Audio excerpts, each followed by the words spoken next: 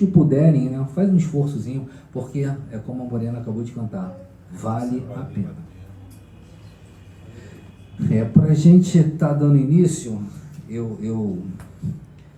o pastor me deu essa incumbência, né? E aí eu falei, Jesus, vi o Camilo semana passada, né, pregando, então é isso aí mesmo. Eu acho que o pastor na escola bíblica, ele disse o seguinte, que muitas vezes a gente é pouco. A gente tem um número aqui reduzido de pessoas. Mas eu já falei isso aqui, eu entendo o seguinte, esse número reduzido é para que a gente treine. É para que quebre-se na gente assim, a timidez, né? O medo de estar aqui na frente, porque eu creio que quando a gente estiver num outro local, numa igreja maior, o pastor vai precisar de cada um de nós para estar apoiando junto à palavra, né? Porque vai ter dias ou, sei lá, momentos que ele não vai estar presente, mas que o Senhor possa quebrar essa nossa timidez, esse medo de estar aqui na frente, porque a gente tem, eu já falei isso também, que crer o seguinte, a gente, quando se esforça para ler a palavra, para entender, né, o que Deus quer falar, quando a gente tem a incumbência de estar aqui na frente falando, se você fez uma leitura, se você procurou, né, se informar da palavra de Deus, lendo a Bíblia, com certeza na hora você vai lembrar de muita coisa. Você vai esquecer também, porque eu escrevo um monte de coisa aqui. Se eu falo 10% daqui, é muito. Mas com certeza ele vai te lembrar de tantas coisas, né? E isso é bom, porque eu tenho certeza que isso agrada ao Senhor, né? Isso faz com que ele se alegre em ver você, filho, filha, tá ali na frente falando do amor dele, né, para as pessoas. E aqui é um grupo que todo mundo aqui se conhece. Todo mundo aqui tem intimidade de sentar, de conversar, de falar. E assim, ninguém vai estar olhando, né, olhando para cá, como, tipo assim, como se estivesse olhando um pregador. Não. Vai estar olhando como, vendo uma pessoa que, na verdade, está aqui na frente, está aprendendo como cada um de nós, é um amigo nosso e que, com certeza, Deus vai fazer grandes coisas através da vida dele e através da vida de vocês também. Amém? Vamos lá para... Eu já falei também sobre esse versículo aqui, mas eu gosto, meus irmãos, eu às vezes falo para Jesus assim, Jesus, não entendi nada, mas eu gosto de ler, que é Apocalipse, né? E aí, o texto base, assim, para o que eu vou estar trazendo de Deus hoje para os irmãos é Apocalipse 1:3, que a palavra diz, vou esperar,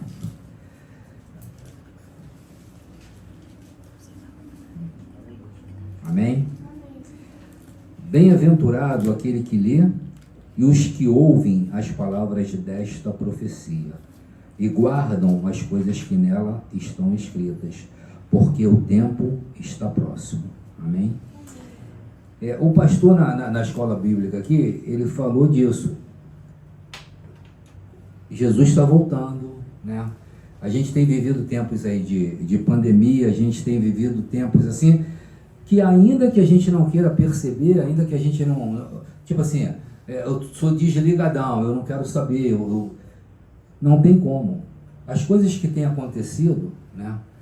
Agora recente no Sul, mas antes disso, lá atrás, a pandemia, né? Os maremotos, né? Os terremotos em vários países aí onde a destruição é tremenda. Isso tem acontecido com uma certa, assim, constância, como antes, né? Eu lembro de quando eu ainda jovem, eu não via. Uma coisa ou outra acontecia, mas assim como hoje acontece, a gente vê que são realmente, eu não sei, é o início, são os sinais.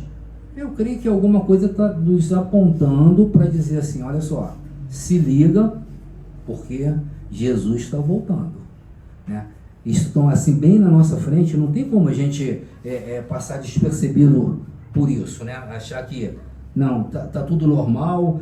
Aí eu lembro da época de Noé, né, Noé avisando, falando com o povo para se arrepender, e nego casando, dando-se em casamento, levando uma vida normal, como se nada fosse acontecer, ou se, como a Morena falou mais cedo, as pessoas muitas vezes dizem assim, não, eu vou aceitar Jesus depois, Mas será que a gente vai ter esse tempo depois? Será que esse tempo está tão ainda lá na frente para a volta de Jesus? Não pode ser amanhã? Pode. A gente não sabe, né? Aí eu escrevendo aqui, tá? Às vezes eu copio alguma coisa, mas eu confesso para os irmãos que Deus foi me dando, eu fui anotando. Depois eu fiz uma limpa, tirei 99% do que eu anotei, deixei só 1% que Jesus me deu. Eu coloquei assim: até que ponto levamos os ensinamentos de Deus a sério? Temos na palavra a solução para todas as dificuldades que surgem em nossas vidas. Basta um pequeno, e mesmo que seja fraco, um esforço da nossa parte, do nosso querer em fazer a obra, para que o Senhor, vendo a nossa vontade de seguir os seus ensinamentos, nos sustentar e ajudar a caminhar com Ele. O que eu entendo disso aí? Muitas vezes a gente acha assim: eu sou pequeno, eu sou incapaz, eu vou fazer isso. Senhor, escolhe aí o Camilo, a Brenda, o seu Antônio, escolhe aí, mas eu sou incapaz. Nós realmente somos incapazes. O pastor é incapaz. Se não fosse o Senhor a usá-lo, ele não saberia nem falar, né? E trazer a palavra aqui.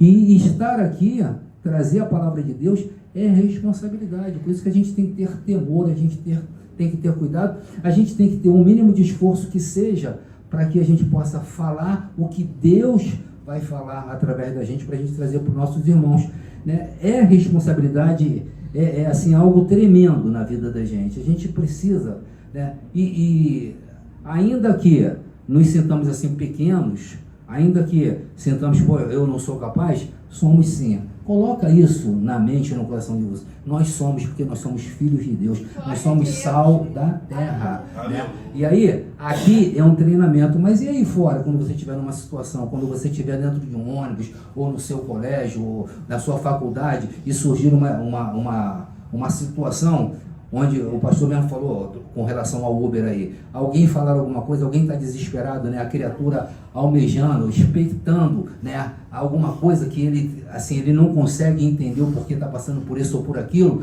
e aí está esperando o quê? Que nós, filhos de Deus, sejamos, né, o porto que ele precisa para ele poder seguir em frente, né? Uma palavra às vezes sua para uma pessoa que você nunca viu nem nunca assim encontrou. Essa palavra é tão importante, às vezes, que traz a vida novamente à pessoa. Tem gente que, né, o pastor volta a repetir, falou, o camarada disse para ele assim: para mim tanto faz eu estar vivendo, não estar vivendo. Ou seja, essa pessoa está à beira, né, de se matar, à beira de fazer uma bobagem na vida dela.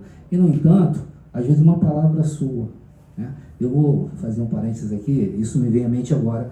Certa vez, eu na Amaral Peixoto ali, andando, eu encontrei um senhor, e assim, do nada, a gente começou a conversar, na rua, andando assim. Ele começou a conversar comigo, e de repente ele começou a falar da filha dele, que a filha era uma pessoa, assim, de boa saúde, tinha um bom emprego, e de repente deu alguma coisa que ele não sabia nem explicar o que era, mas ele acha que era um AVC, alguma coisa, e essa menina saudável, jovem, com um futuro brilhante pela frente, de repente começou a vegetar. Ele estava desesperado. Ele não sabia o que fazer, né, diante de uma situação dessa. E a gente tem que entender, caramba, né, você ter um parente, ser um filho, um marido, uma esposa, seja lá, né, o parentesco que for, e do nada aconteceu uma coisa assim, e esse senhor assim, chorou comigo no meio da rua. Eu pensei o seguinte: eu tenho que falar de Jesus para esse homem, porque eu não tenho o que falar. Eu vou falar o que para uma pessoa assim, num desespero desse? E aí, eu parei com ele, aí fiquei ouvindo mais ele falando, não sabia mais o que fazer, já tinha gasto todo o dinheiro.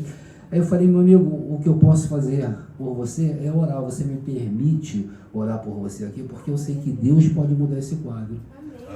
Aí ele olhou para mim, sabe quando a pessoa está no fundo do poço, tipo assim, eu já procurei tudo, já gastei todos os recursos, já fiz tudo que eu podia fazer e não consigo. O que me custa, né? Ouvir uma oração. Eu olho para a pessoa e vejo dessa forma. É assim, é como se fosse o último fio, né? A cordazinha está arrebentando. Ele falou assim: pode orar assim. Aí eu e ele, no meio da Amaral Peixoto, orando, as pessoas passando, olhando, né?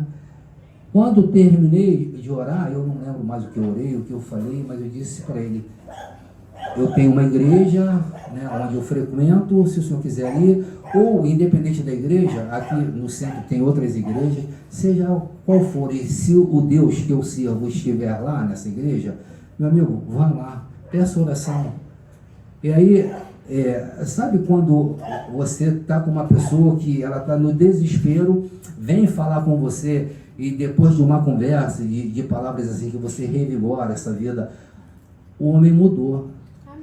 O rostinho dele, o semblante ficou melhor, sabe? Ele me abraçou ali e me agradeceu, e depois eu saí rindo, pensando assim comigo: Senhor, eu nunca me imaginei no meio da rua, passando um monte de pessoas, eu abraçado como que eu nunca vi, orando por ele. É algo assim que só Jesus faz na vida da gente. Não tem...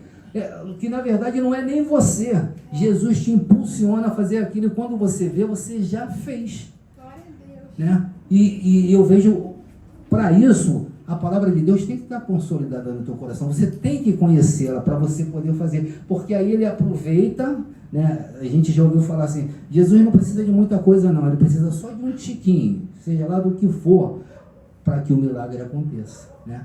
Esses dias, foi sexta ou sábado, Marlene acordou ali e de repente ela às vezes ela fala assim: Menescal, o vizinho aí tá assim, tá assado, né? Mas aí ao mesmo tempo que ela tá falando do vizinho, ela muda do assunto, ela fala assim: porque eu tenho que ir ao mercado. Eu fico sem entender, eu falo: pô, mas o vizinho... Aí ela virou nesse dia e falou para mim assim: Menescal, você sabe de uma coisa? Aí eu já fico, né, olhando para ela para ver se eu sei de alguma coisa. Aí ela disse para mim assim: tu percebeu que em tempo nenhum na Bíblia diz que Jesus precisou de grandes coisas para fazer as obras, os milagres que ele fez? Ele nunca precisou de coisas grandes, não, eu preciso ter, né, uma grana boa no banco para poder fazer algo pelo meu irmão. Eu preciso ser assim, o assado, para fazer algo para... Né? Ela me falou isso me chamou a atenção, e é verdade.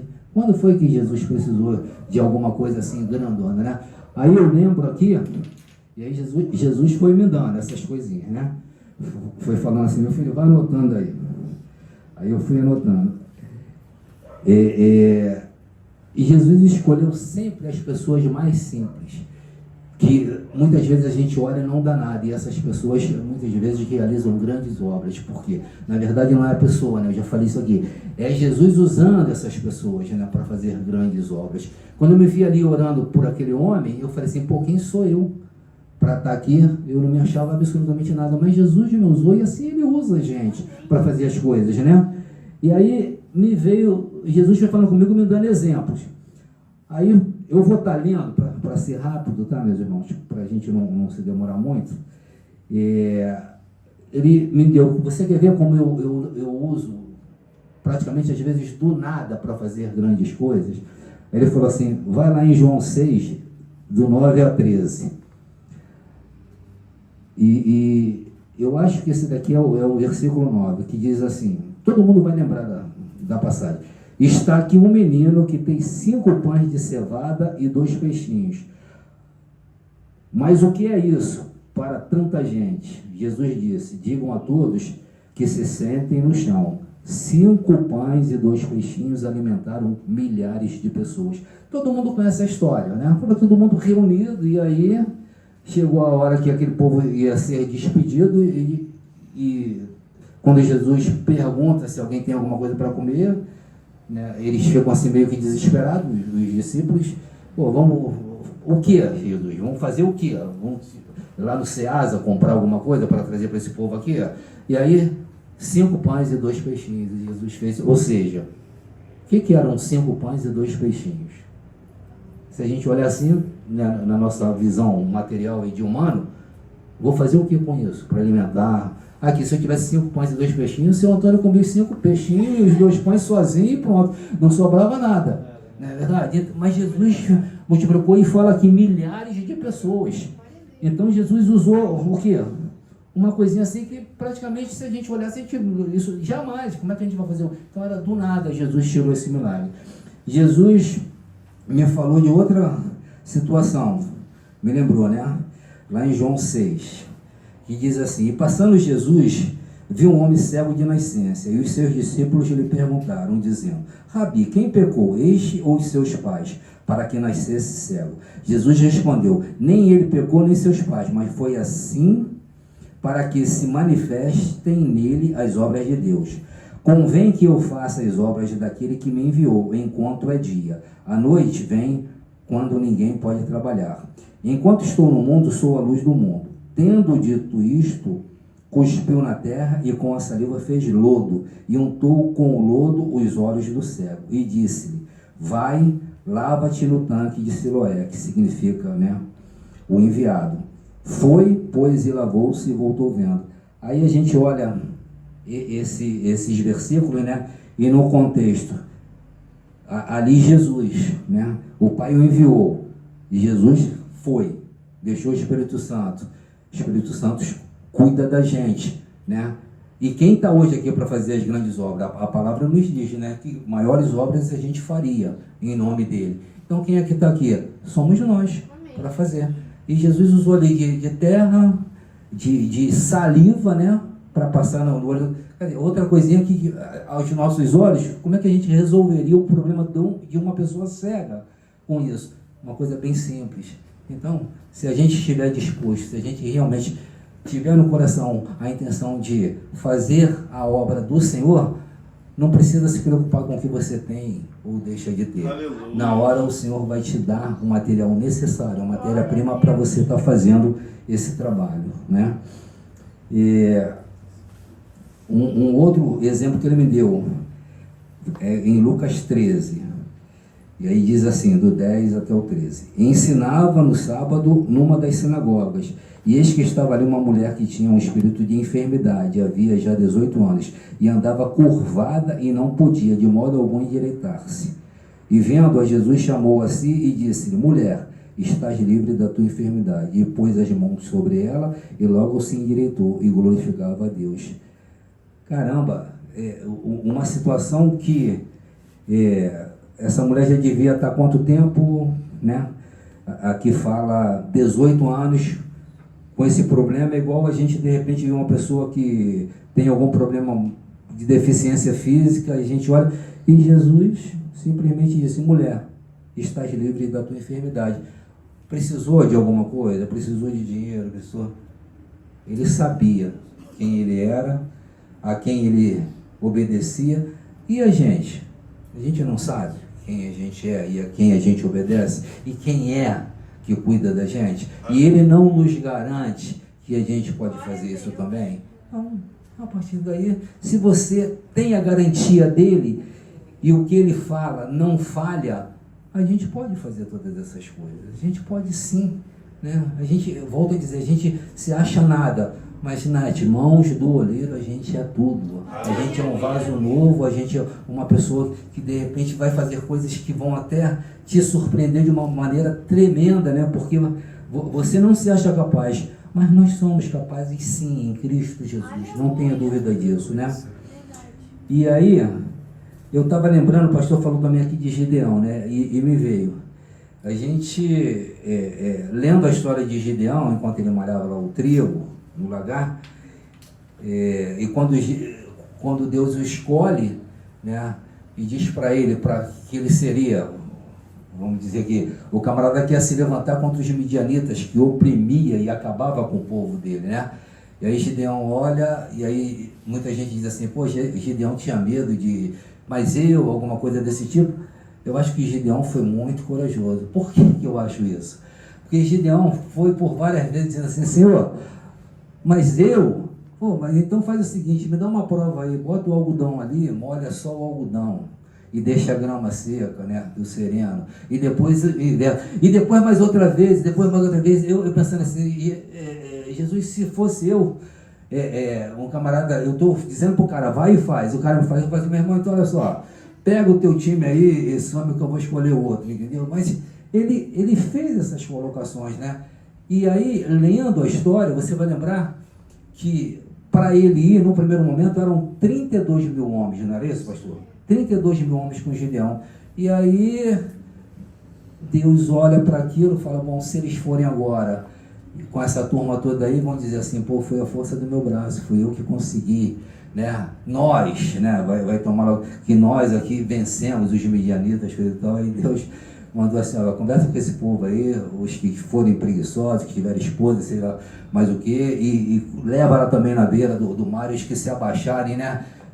De uma maneira assim, sem estar atento às coisas. Conclusão, aí Gideão foi com 300. E aí realmente eles não poderiam nunca imaginar assim, fomos nós, né? Ele foi com 300 e com 300 eles venceram os midianitas, né? E assim somos nós. A gente muitas vezes assim, eu estou sozinho. Não, tu tem o Espírito Santo com você. Se tu tem o Espírito Santo com você, você é muitos, né? Você é poderoso nele. Você é poderoso, pode fazer grandes coisas. Não tenha dúvida, não tenha medo de nada. Continuando aqui,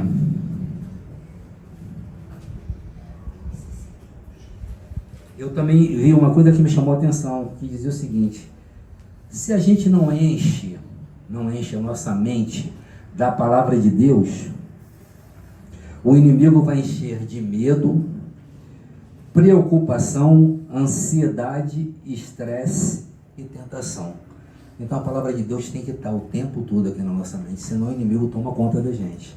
Toma conta mesmo, e você acaba de repente desviando, fazendo coisas que você não gostaria de fazer. Mas ao mesmo tempo que eu li isso, Jesus me disse o seguinte, vai lá em Efésios 6, 10 ao 18, eu vou estar lendo para os irmãos, onde diz assim: nos demais, irmãos meus, fortalecei-vos no Senhor e na força do seu poder. Revesti-vos de toda a armadura de Deus, para que possais estar firmes contra as astutas ciladas do diabo. Porque não temos que lutar contra a carne e o sangue, mas sim contra os principados, contra as potestades, contra os príncipes das trevas deste século, contra as hostes espirituais da maldade nos lugares celestiais. Portanto, tomai toda a armadura de Deus, para que possais resistir no dia mau, e havendo feito tudo, ficar firmes. Estai, pois, firmes, tendo cingido os vossos lombos com a verdade, e vestida a couraça da justiça, e calçados os pés na pregação do evangelho da paz, tomando sobretudo o escudo da fé, com o qual podereis apagar todos os dardos inflamados do maligno. Tomai também o capacete da salvação e a espada do Espírito, que é a palavra de Deus, orando em todo o tempo, com toda oração e súplica no Espírito, e vigiando nisto com toda a perseverança e a súplica por todos os santos. Meus irmãos, não tem como a gente estar descoberto quando você se reveste da couraça, do sapato, sabe, da palavra de Deus, seja onde você estiver, aonde você for, né? Por mais que as coisas pareçam perigosas, difíceis, né? Quando você anda dentro do que o Espírito Santo te pede, né? Assim, com muito carinho, com muito amor, para você estar fazendo, para você estar caminhando com Ele, quando você está, eu gosto disso, quando eu estou no mesmo barco que o Espírito Santo está, não tem como dar errado, você pode estar onde for, né? Eu lembro uma vez também, que eu morando ainda lá em Realengo, eu não sei se todos aqui conhecem, né? É Brasil, é longe, mas é Brasil. E aí passei por uma situação assim muito difícil, eu nem conhecia Jesus, mas eu pude ver como é que a gente, né? E se a gente voltar na nossa infância, quantos foram os livramentos? Porque se hoje a gente está aqui, com certeza se a gente fosse falar cada um alguma coisa, eu sei que nós teríamos assim, situações para contar que não era para a gente estar, já era para a gente ter ido embora, mas o Senhor tem, né, propósito na vida da gente, o Senhor tem cuidado com a gente, né, mesmo quando a gente não o conhecia. No agora que você o conhece, sabe, segue em frente, né, vai em frente sem medo, sendo ousado, mas dentro da palavra de Deus, porque aí seja qual for, né? E quem for o inimigo que se levantar contra você, não resiste, ele cai porque o Senhor é maior, né? Se nós somos templo do Espírito Santo, não temos que ter medo de nada. o final do tempo, como lá no versículo diz, né? Os tempos está chegando. É verdade. E a gente está aqui, na verdade, para fazer a obra. A gente não está mais aqui com o tempo para, tipo assim, vou desfrutar de um monte de coisas, vou fazer, vou acontecer, para depois não. A gente está aqui para hoje fazer a obra do Senhor. E fazer uma obra do Senhor, na verdade, aí entra no que a gente já conversou aqui também, assim, a gente está preparando o que é a morada lá no céu. É isso que a gente tem que estar preocupado. A gente não, como o pastor falou, não tem que ter dúvida com relação à salvação. Mas a gente precisa trabalhar para isso. A salvação, ela não vem de graça, não. Já foi pago um alto preço na cruz, né? E hoje a gente, em reconhecimento a tudo isso que foi feito, a gente precisa estar nos caminhos, sim, fazendo as coisas que agradem a Deus, para que a gente possa, na verdade, ter aquela casinha, como eu contei a história, alguns já não ouviram, né? Mas a nossa casa no céu, a nossa morada no céu, ela, na verdade, quem manda o material somos nós, quando estamos aqui, daqui para lá, para que essa casa seja uma casa adornada, bonita, né? A gente possa estar pensando nisso, a gente possa estar entendendo de que é necessário o nosso esforço, sim. Não vai ser nada assim de mão dada. Existe um preço a pagar. E que a gente possa, entendendo que o Senhor é conosco, não temer a nada, fazer as coisas que, ainda que desagradem ao mundo, agradando a Ele, meu irmão, aí você tem a chave do sucesso. Tá? Que Deus possa nos abençoar. Amém? Glória a Deus, aleluia.